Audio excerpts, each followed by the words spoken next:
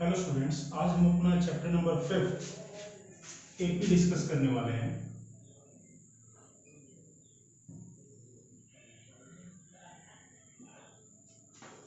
AP AP arithmetic progression ये होता क्या है?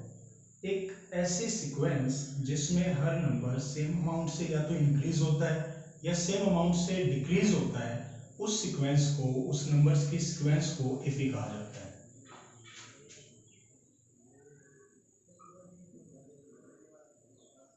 अर्थमेटिक प्रोग्रेशन होता क्या है? A sequence of number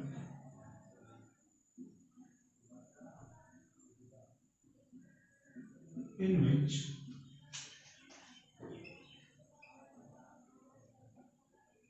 each number increases or decreases by the same amount। दूसरे शब्दों में हम कह सकते हैं a sequence of number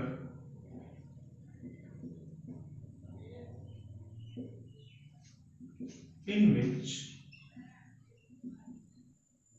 the difference between two consecutive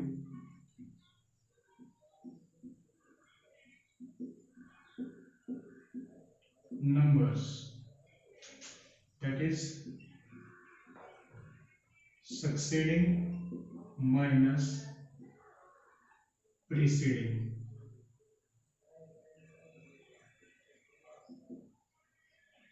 अगला नंबर माइनस पिछला नंबर इज ऑलवेज सेम।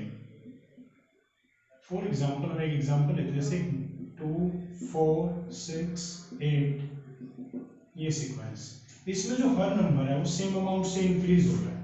जैसे कि आपको बताया गया, दो कॉन्टिन्यूअस टर्म का difference 4 minus 2 is equal to 2, 6 minus 4 is equal to 2, 8 minus 6 is equal to 2. So given sequence is an AP. Similarly, जरूरी नहीं इंक्रीज हो, 10, 6, 2 ये कोई सीक्वेंस है। अब इसमें 6 minus 10 succeeding number minus preceding number is equal to -4, 2 minus 6 is equal to -4, so it is an AP. अगर कोई सीक्वेंस सेम नंबर से अगला हर नंबर इंक्रीज हो रहा है किसी सीक्वेंस में, या सेम अमाउंट से नंबर डिक्रीज हो रहा है, तो ऐसे सीक्वेंस को हम एपी कहते हैं। अब हम एपी से रिलेटेड कुछ और बातें डिस्कस करते हैं। Next thing is term. Term क्या होती है? एक सीक्वेंस में, एक एपी में हर नंबर को एक टर्म बोला जाता है। Each number in a sequence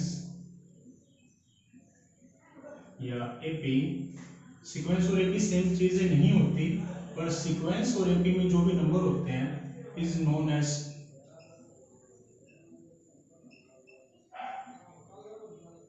term.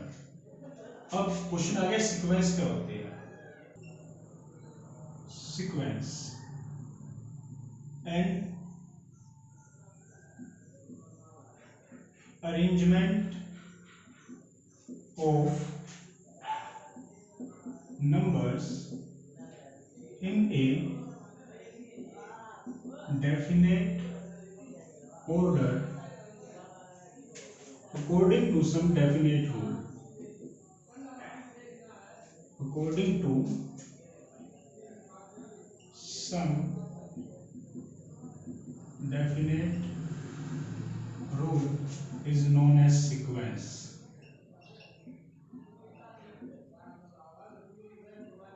Sequence में नंबर किसी डेफिनेट ऑर्डर में अरेंज होते हैं, जो एपी है वो एक सीक्वेंस है, पर सभी सीक्वेंस एपी नहीं होती। फॉर एग्जांपल आप इसमें कुछ पैटर्न्स होते हैं, आप अपनी क्लासेस में कुछ पैटर्न करते थे, जैसे 1 4 9 16 25। ये आपकी एक सीक्वेंस है जिसमें हर नंबर एक नेचुरल नंबर का square, 1 square 2 square 3 square 4 square 5 square, so it is a sequence.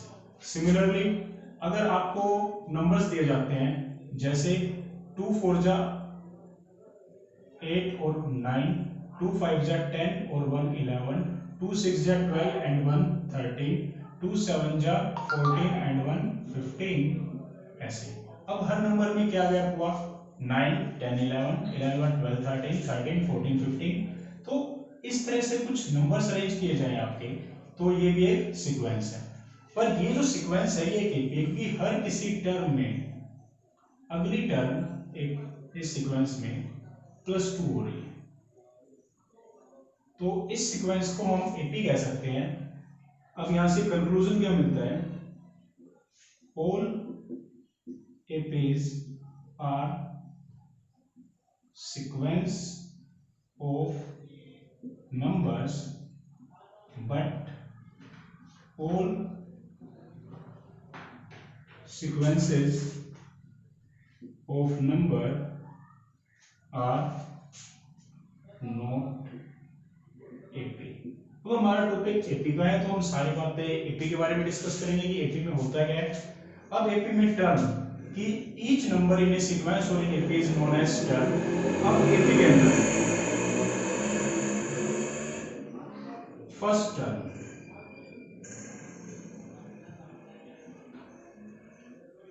First term को ए या a1 लिखते हैं, ऐसे ही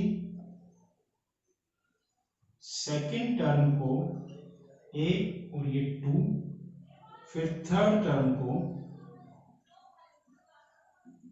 a3 एंड सो ऑन, ऐसे ही चलता रहेगा। किसी भी अननोन टर्म जैसे nth टर्म n10 हो सकता है, 100 हो सकता है, उसको an लिखा जाता है। जरूरी नहीं हम सिंबल a लें, हम रिस्पेक्टिवली कोई भी सिंबल यूज कर सकते हैं, जैसे t या t1, ये t2, ये t3, ऐसे ही nth टर्म हो जाएगी आपकी tn। फिर आता है कॉमन डिफरेंस।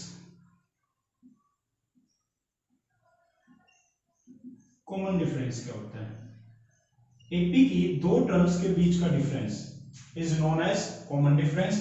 फॉर्मूला के तौर पर सक्सीडिंग टर्म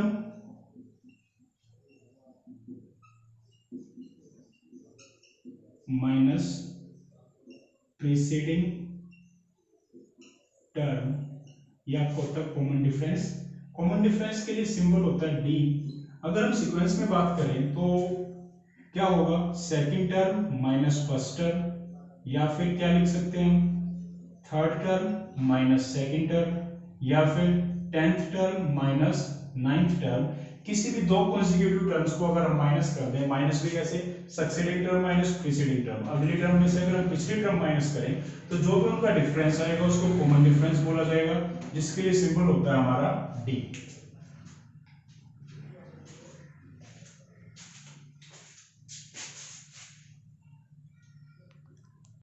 ऐसे ही अगर आपको एपी में कोई अननोन टर्म निकालनी है तो हम उस टर्म को nth टर्म में जूम कर लेते हैं,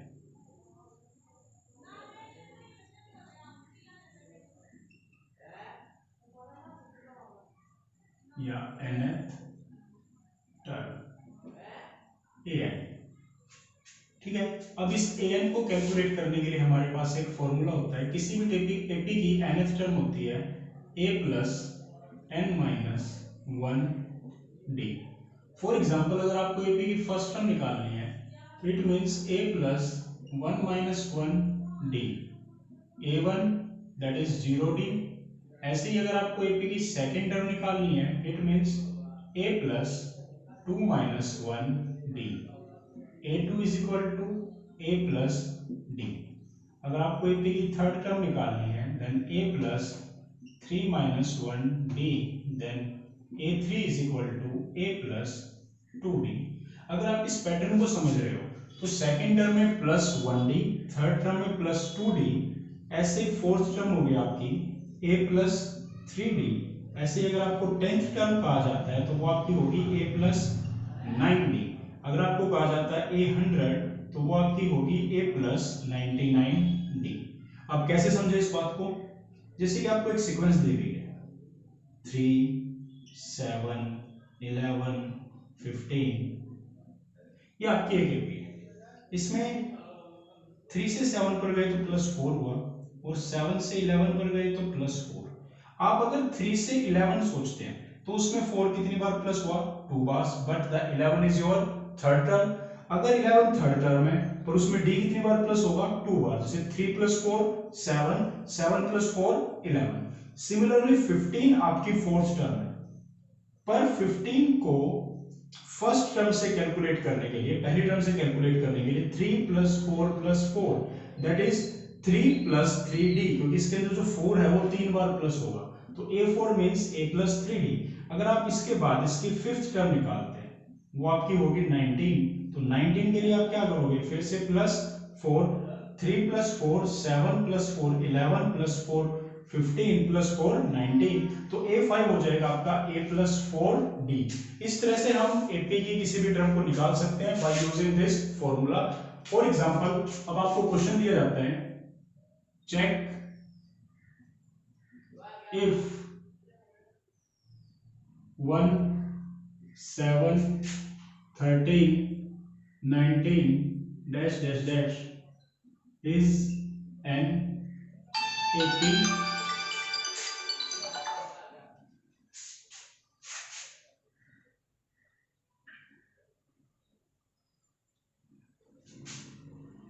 is an AP or not.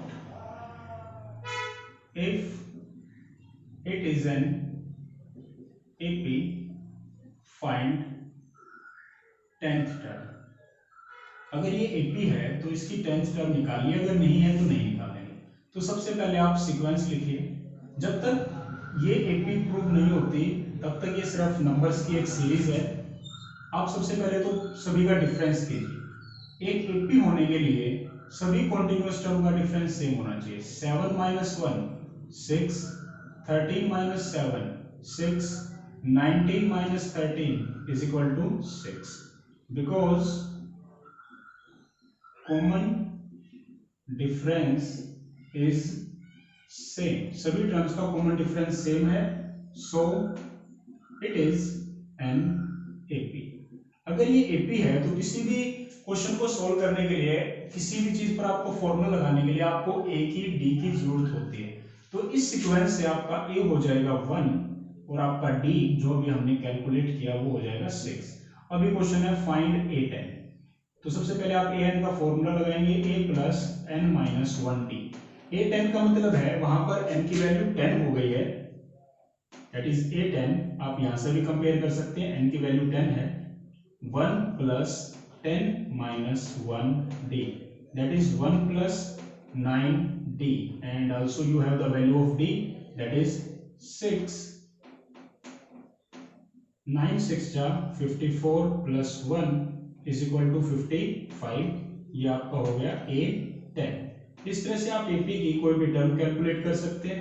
एक क्वेश्चन को सोल्व करने के लिए ओवरऑल आपको एक क्वेश्चन में A, D और N ये तीन चीजें सबसे पहले आइडेंटिफाई करनी होगी, सबसे पहले ढूंढनी होगी। अगर नहीं मिलती तो आपको कोई भी फॉर्मूला लगा के उनको कैलकुलेट करना है, उसी के बाद आपका क्वेश्चन सोल्व होगा। Just to solve the question of AP concentrate on finding a, d and n. पूरा क्वेश्चन इन तीन टर्म्स पर डिपेंड करता है, ए पर, डी पर और एन पर।